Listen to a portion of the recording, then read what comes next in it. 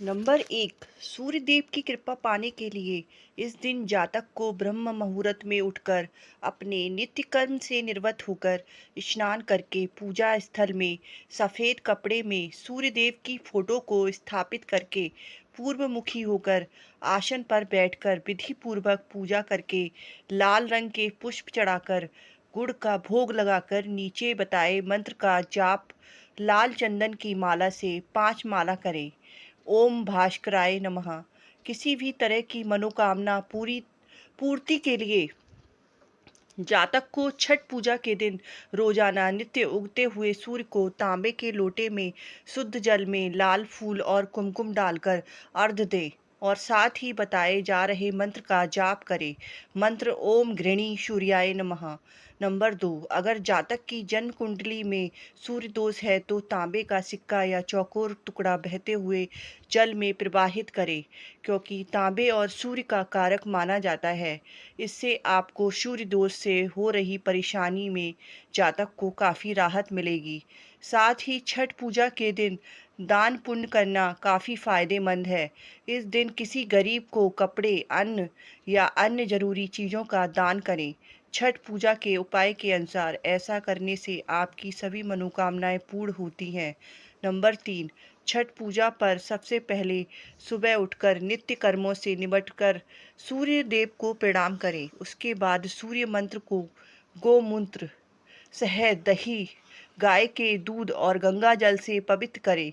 अब इस यंत्र का विधि पूर्वक पूजन करने के बाद सूर्य मंत्र का जाप करना चाहिए। मंत्र ओम घृणी सूर्याय नमः जाप करने के बाद इस यंत्र की स्थापना अपने पूजन स्थल पर कर दें।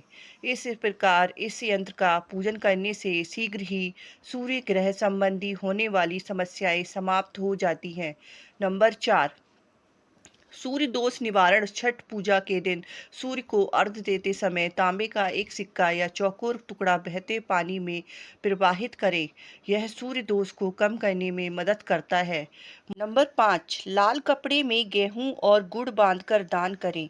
यह उपाय सभी मनोकामनाओं को पूरा करने में सहायक माना जाता है। नंबर 6, जिन लोगों को संतान सुख की इच्छा है वे छठ घाट तक दंड देते हुए जाएं और नदी में हाथ जोड़कर खड़े होकर मनोकामना करें। नंबर 7, यदि आप गुप्त रूप से किसी परेशानी से मुक्त होना चाहते हैं तो सूर्य देव के किसी मंत्र जैसे ओम सूर्याय नमः का जाप करें और तांबे के सिक्के को पानी में प्रवाहित कर दें। नंबर 8, छठ पूजा के दौरान लहसुन, प्याज और मांसाहारी भोजन से परहेज करें। नंबर 9, सूर्य देव को मजबूत करने और कुंडली में शुभ फल के लिए गुड़ का दान करें। नंबर 10, पूजा में गूगल धूप का प्रयोग करने से सूर्य देव प्रसन्न होते हैं।